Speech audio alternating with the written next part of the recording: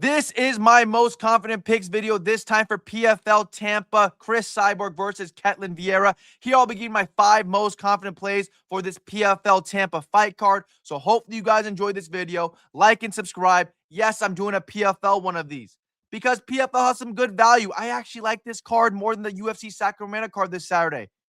So I'm probably going to bet more on this PFL card. I did the research. I did the tape study. I watched the film.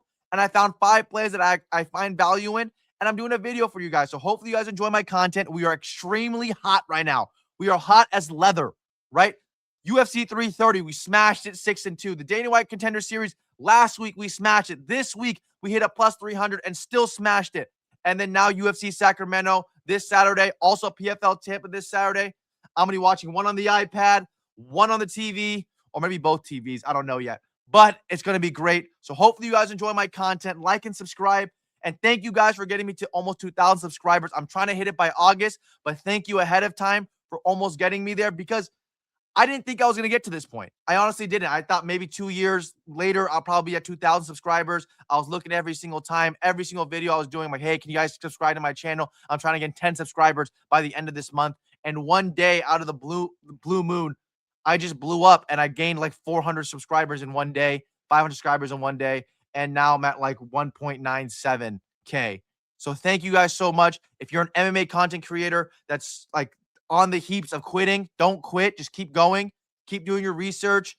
And I shouldn't be giving advice, but don't quit, right? Just don't quit. You'll feel better about it. I was never on the verge of quitting, but I thought that, you know what, maybe I'm not good at this. And now I feel like I'm trying to get cocky. Okay. Just gonna say get cocky. All right. Whatever. Hopefully you guys enjoy my content. Like and subscribe. Let's get this video going. The first fight of the night. Should we just talk about the main event? Because this is the highest line I'm going to give you. I'm never going to give you an under. I'm not going to give you a minus 250 or minus 300 on this fight card, only besides Cris Cyborg. I like Cris Cyborg here in this fight. She should be able to win it. I think they want to set up a big fight between her and Ronda Rousey. It depends if Ronda Rousey is going to sign for that fight.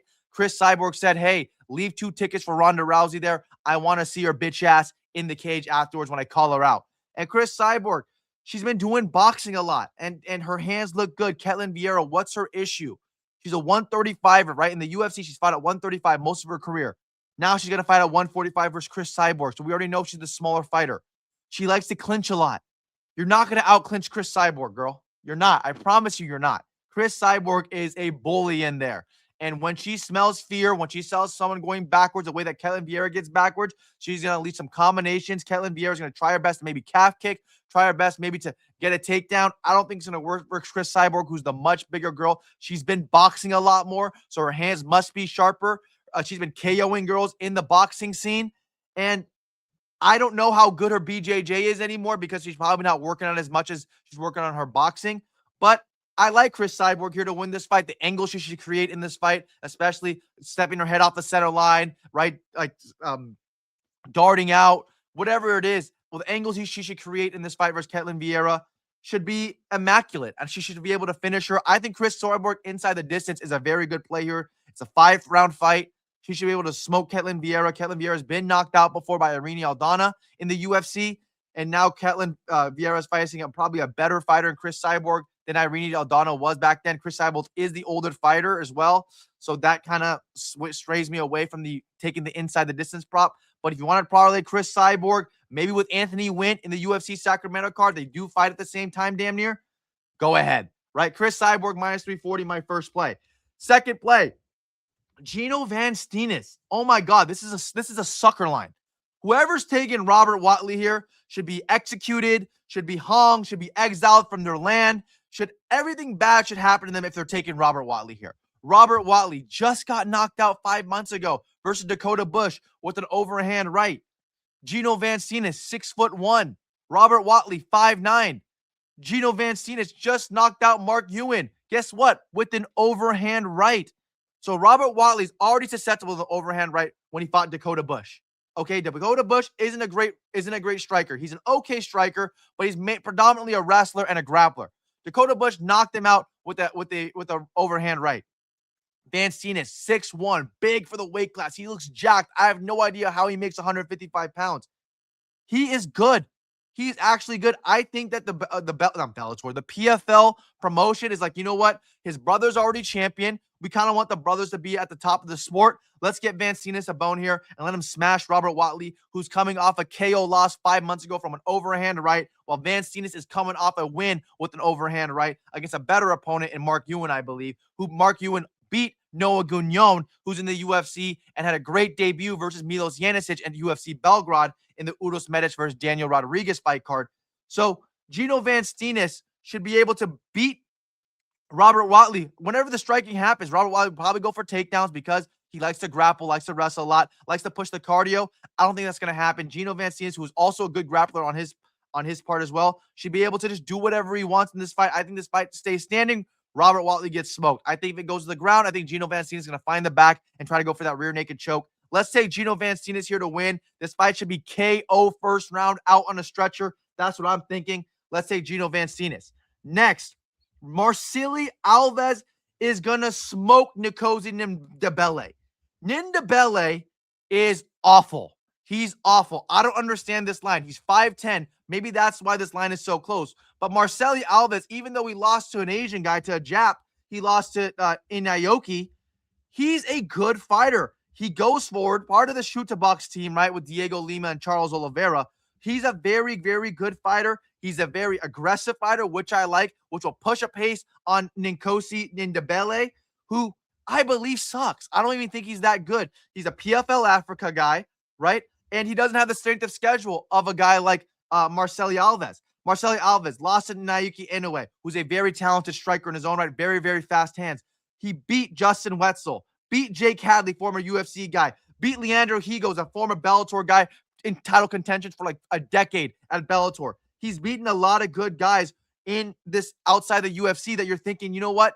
This is one of the best guys that are not in the UFC at the bantamweight division. While Nkosi Ndebele is over there in PFL Africa playing with fucking sand and riding a camel to practice and beating guys like Michel Clemente, Boule Godogo. These guys don't have the facilities, don't have they're like so behind in MMA. People from Africa. That's the reason why they migrate over here. And Nkosi Ndebele is just not that guy. I'm telling you. He has a good striking from the outside, but you know what? Marcirley Alves, he likes to put the pressure on people, make people fight on the back foot. In Ndebele, I don't like his hand speed at all. I like his hand speed's okay. I don't like his hands at all. His combinations kind of suck to me. He lives his chin in the air. He's 5'10". Marcirley Alves, 5'4", likes to wing the overhand and press forward in the pocket. And Ndebele is probably mostly known as a kicker, right? A lot of calf kicks, a lot of body kicks. He's not going to go forward in this fight. When you go backwards as a kicker, it's very hard to fight. We saw in the Edson Barbosa versus Esteban Ribevic fight at UFC 330. He's not going to have any success there. This guy's going to be in his chest, Mexican style. If you watch Isaac Cruz Pitbull fight in boxing, that's kind of how Marcirley Alves fights in the PFL, and he should be able to beat him. Again, I don't believe in this guy at all. I don't think that this guy, what's his name? Nkosi Ndebele has the tools to be able to beat a guy like Marcirley Alves, who fights out of Schulte box with Charles Oliveira's team. A lot of good training partners over there for him. I think Marcirley Alves should be able to smash him KO. KO. I mean, I can't see any way happening.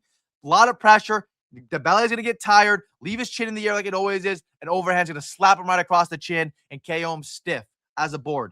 That's what we're going to take. Next, let's go with, where's he at? What the fuck?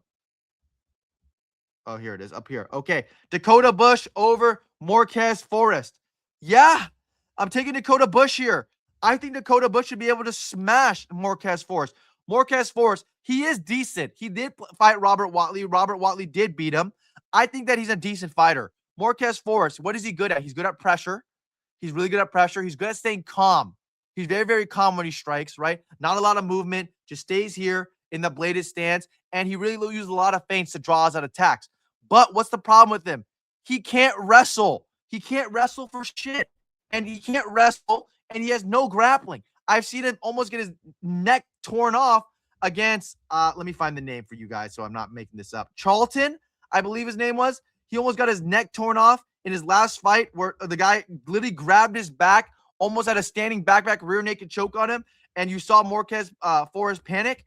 Now you're going to tell me Dakota Bush, who's a very seasoned fighter, fought in the UFC prior, right? So you got that UFC rub. He also is on a nice win streak. Marquez Flores, who is he beaten? He's beaten a guy in 11-19, Paulo Machado, 2 fights prior, right? Beat Ashton Charlton, 9-3. Nate Williams, 15-14. The only good comp he fought was Robert Watley. And Robert Watley is 14-3, now 14-4, I believe. So maybe 16-4, is he? Yeah, he's 16-4. So that's the only good competition he had, and he lost that fight as well. I think that this is a very big mismatch. I think Dakota Bush here should be a highlight reel KO for him. I think he's on an 8-fight win streak, is Dakota Bush. So I think I'm going to take him here to win this fight pretty comfortably. He's the better fighter. Get some takedowns. Just get some takedowns. I don't think the hand speed also a force is that great, but he does stay calm in the pocket, so he should be decent in there. But let's take him to lose this fight. Let's take Dakota Bush at -166 to win. Next, and finally, we're taking Natan Schulte to beat Marcirley Alves. Natan Schulte, very good fighter, right? PFL mainstay, been there for a long, long time. What is he really good at? BJJ and wrestling. What is Marcirley really good at? Wrestling.